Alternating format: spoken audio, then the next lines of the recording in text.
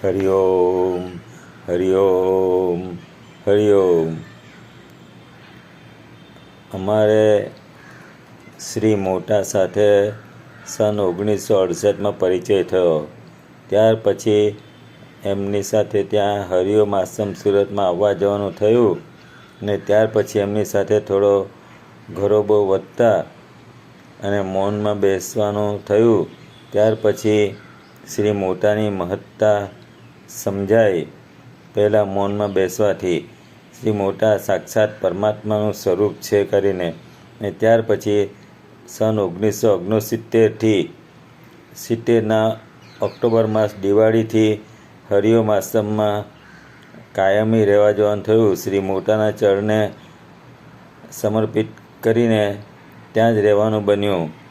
ને શ્રી મોટા સાથે અમારે લગભગ 1976 સુધી શ્રી મોટા ત્યાં આવજાવ કરતા. શરીર ઠૂસ તળીથી હતા ત્યાં સુધી નડિયાદ, અમદાવાદ આમ તેમ જતા. પછી સુરત આશ્રમ પણ પધારતા. ત્યાં તેમની બહુ સેવાનો તો લાભ નહીં મળતો, શારીરિક સેવાનો તો બહુ લાભ નહીં મળતો, પરંતુ એમણે જે અમને આશ્રમમાં કાયમમાં રહ્યા પછી ત્યાં હિસાબ કિતાબનું કામકાજ અને મૌન મંદિરનું મૌનાર્થીની દેખભાળ કરવાનું અને એમની સેવા કરવાનું કામકાજ મોટાએ સોંપ્યું. અને તે દરમિયાન શ્રી મોટા સાથે અમારા જીવનમાં ઘણા પ્રસંગો બન્યા છે. તેમાંથી આ એક પ્રસંગ અમને યાદ આવ્યો છે, ત્યાં અહીં આપ સૌને સમક્ષ રજૂ કરીએ છીએ. તેમાં શ્રી મોટાએ એક પ્રસંગમાં હાંડવા માટે સ્વહસ્તે દૂધી છીણી આપી હતી. તેનો પ્રસંગ છે. સુરત આશ્રમમાં સવારની રસોઈ શ્રી ઝીણા કાકા સંભાળતા અને સાંજની રસોઈ શ્રી દાહીમા રાંદેરના સંભાળતા હતા. સાંજની રસોઈ માટે બપોરની ચા પછી સામાન્ય રીતે તૈયારી કરવામાં આવતી, કારણ કે તે સમયે કંઈ આજની જેમ લાઇટર દાબ્યું કે ગેસ સળગાવી લઈએ એટલે ચૂલો સળગી જાય એવું ન હતું. ત્યારે તો લાકડા બહારથી ઊંચકી લાવવાના, કોલસા લઈ આવવાના, પછી કેટલી વારે ચૂલો અને સગડી સળગે.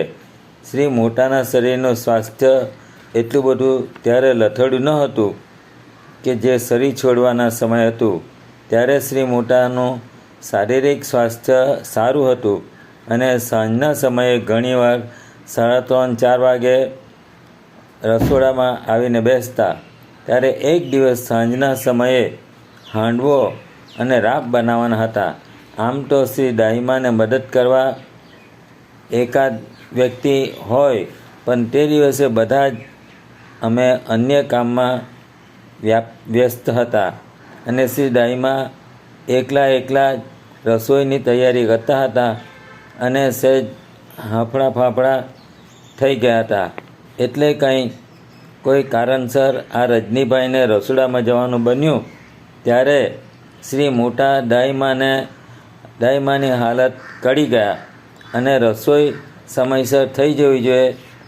તેથી શ્રી મોટા બોલી પડ્યા હતા કે લાય દાહીમા પેલું ટેબલ અને દૂધી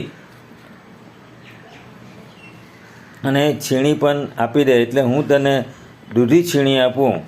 એટલે શ્રી મોટાને ટેબલ અને દૂધી અને છીણી ને આ બધા આપી દીધું. એ શ્રી દાહીમાએ આપ્યું કે આ રજનીભાઈ આપ્યું હતું તે આજે યાદ નથી, પણ શ્રી મોટાએ તે દિવસે હાંડવા માટે દૂધી છીણી આપી હતી એ વાત ચોક્કસ. તે દિવસે શ્રી મોટાએ સ્વહસ્તે છીણેલી દૂધીનો હાંડવો શ્રી મોટાના સ્વહસ્તે છીણેલી દૂધીનો દિવ્ય પ્રસાદ ખાવાનું સૌભાગ્ય અમને સૌને સાંપડ્યું હતું.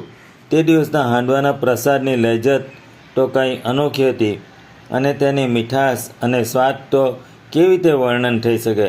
સાક્ષાત પરમાત્માએ છીણેલી દૂધીનો દિવ્ય પ્રસાદ ખાવા મળ્યો હતો.